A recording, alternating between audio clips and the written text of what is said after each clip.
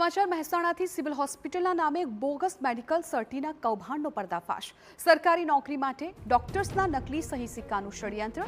RMO સહિત અન્ય તબીબોના નામના 3 નકલી સિક્કા જપ્ત કરાયા। સિવિલ હોસ્પિટલના સર્જનની સતર્કતાથી ભાંડો ફૂટ્યો। ફરિયાદ બાદ સમગ્ર મામલે એક શખ્સ વિરુદ્ધ ગુનો દાખલ કરવામાં આવ્યો। ગુનામાં કોણ સંડોવાયેલું છે તે દિશામાં તપાસનો ધમધમાટ। મહેસાણાની જનરલ સિવિલ હોસ્પિટલના નામે બોગસ મેડિકલ ફિટનેસ સર્ટી બનાવવાના કૌભાંડનો પર્દાફાશ થયો। અહીં હોસ્પિટલમાં અલગ અલગ કંપનીઓમાંથી કર્મચારીઓ મેડિકલ ફિટનેસ સર્ટિફિકેટ મેળવવા આવતા હોય છે, ત્યારે ઓએનજીસી તરફથી 4 ઉમેદવારોના ફોર્મ 0 પર કાઉન્ટર સહી કરાવવા એક વ્યક્તિ હોસ્પિટલ આવી હતી।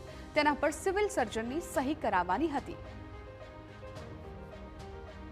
જ્યારે હોસ્પિટલના સિવિલ સર્જન ડોક્ટર ગોપી પટેલે આ દસ્તાવેજોની ચકાસણી કરી તો તેમના ધ્યાને આવ્યું કે 4માંથી 3 ઉમેદવાર અગાઉ હોસ્પિટલ આવ્યા હતા। રિપોર્ટ સાચા હતા, પરંતુ ચોથા ઉમેદવાર અંગે તેમને શંકા ગઈ। જ્યારે જે ચોથું ફોર્મ હતું, જે ચોથું પેશન્ટનું ફોર્મ હતું, એમાં અમારા આરએમઓની સહી ખોટી હતી અને થોડું સિક્કામાં પણ મને થોડો ચેન્જીસ લાગ્યો। એટલે મેં અમારા આરએમઓને બોલાયા કે આ સહી તમે જ કરી છે અને આ પેશન્ટ તમે જોયું છે, કારણ કે એ વખતે પેશન્ટ નહોતા લાવેલા, એટલે એ પેશન્ટ નહોતું। એટલે મેં એમને બોલાયા કે આ પેશન્ટ તમે જોયેલો છે ને, આ સહી તમારી છે? ત્યારે એમણે એને નકારી કાઢ્યું કે આ સહી મારી છે જ નહીં, આ સિક્કો પણ આપણો નથી। એટલે ત્યારબાદ અમે આ સેન્સિટિવ મુદ્દો છે એટલે અમે એને ગંભીરતાથી લઈને આજે અમે પોલીસમાં પણ ફરિયાદ કરી છે। ડ્રાઈવર તરીકે નોકરી કરતા નટવરસિંહ ડાબીના સર્ટી પર લાગેલા સહી સિક્કા બોગસ હોવાનું સામે આવ્યું। સમગ્ર મામલે હોસ્પિટલ તંત્ર દ્વારા પોલીસ ફરિયાદ દાખલ કરવામાં આવી।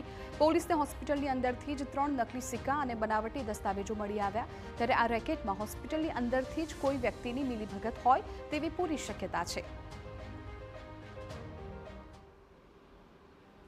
ડૉક્ટરના જે EEG report, ECG report, laboratory test, audiometric test, આવા જે ટેસ્ટ છે તેના રિપોર્ટ્સ ઉપર ખોટા બનાવટી સિક્કા મારી અને તેને ખરા તરીકે ઓએનજીસીની અંદર રજૂ કરવામાં આવેલા હતા।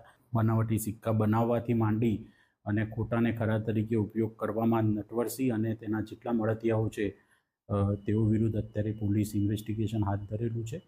હોસ્પિટલમાં આવ્યા વિના જ ઉમેદવારોના નામે નકલી ECG રિપોર્ટ, લેબોરેટરી ટેસ્ટ, ઓડિયોમેટ્રિક ટેસ્ટના બોગસ ડોક્યુમેન્ટ તૈયાર કરાયા હતા। કૌભાંડના મૂળ કેટલા ઊંડા છે તે તો તપાસ બાદ જ સામે આવશે।